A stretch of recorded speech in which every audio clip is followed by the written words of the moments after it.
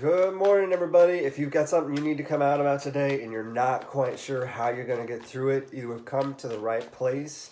Good morning. My name is Seth. I run Comingouttarot.com. You can always find out more about me over there. But while we're here, we're talking about you coming out and how tarot can help you get through it. So we're going to talk about what's in your way, how to get around it, and how you can be more mindful during the process. Using my Spellcaster's Tarot today. It is also, there will be a full moon tonight, and it's the vernal equinox. I think it's vernal, is that what it's called? Yeah, it's the spring equinox. So lots of super intense energy today as the world turns. So let's see what that brings forth for you in your obstacle, action, and mindfulness. For coming out today. Obstacle is represented by the Queen of Pentacles. Action is represented by the Two of Swords. And the mindfulness is represented by the Nine of Cups. This showed up yesterday, but it was in our action space. So interesting that it's moved over into mindfulness. All right, first off, like overarchingly, we've got a little bit of earth, a little bit of fire, a little bit of water, all the elements of creation. The only thing we don't have is some air. For those of you who recognize swords as air, in this deck, it's not, it's fire.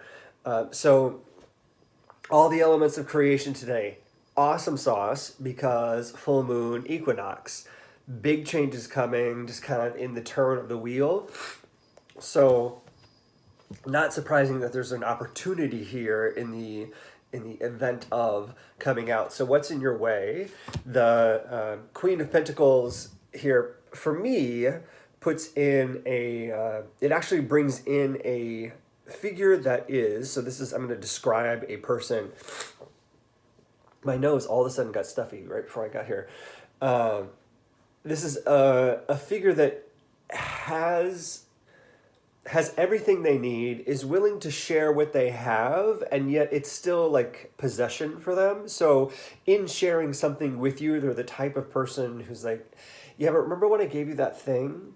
It's a little bit of, don't you like need to reciprocate at some point? Don't you, it's kind of like a you owe me.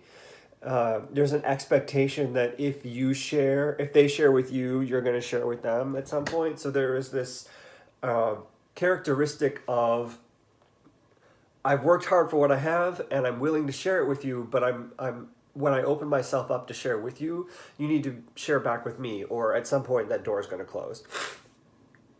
So this is someone who's very loyal, very caring, very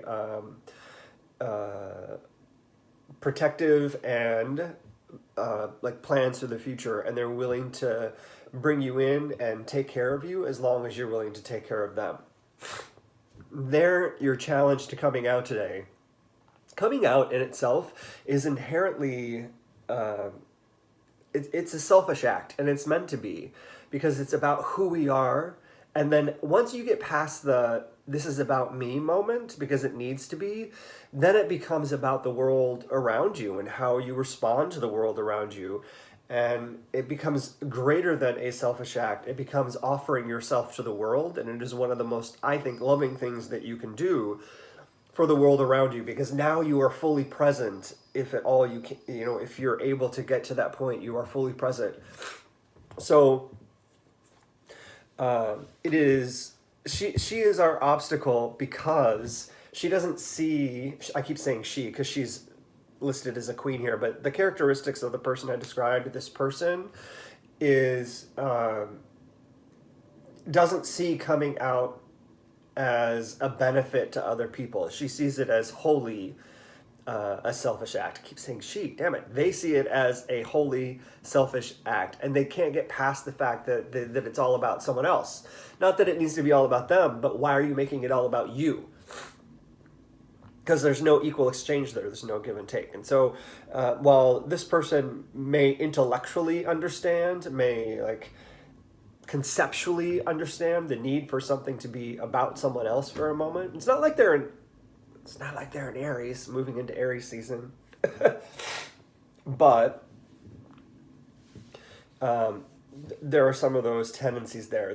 The thing that you need to do to get around it in the Two of Swords is actually be confident in the choice that you've made about this is time for me to come out, this is my decision, and this is why I'm doing what I'm doing. It's not putting you in a state of defense, it's putting you in a state of I have all of my talking points and I'm ready. I don't need to like be in the state of no, that's not me, you don't know me. You don't need to be in that state anymore. Now you can say, well, yes, I am X. I am coming out as Y. This is who I am, and I've already gone through this for the last 10 or 15 years with myself. And here's what I know. And you don't need to defend it.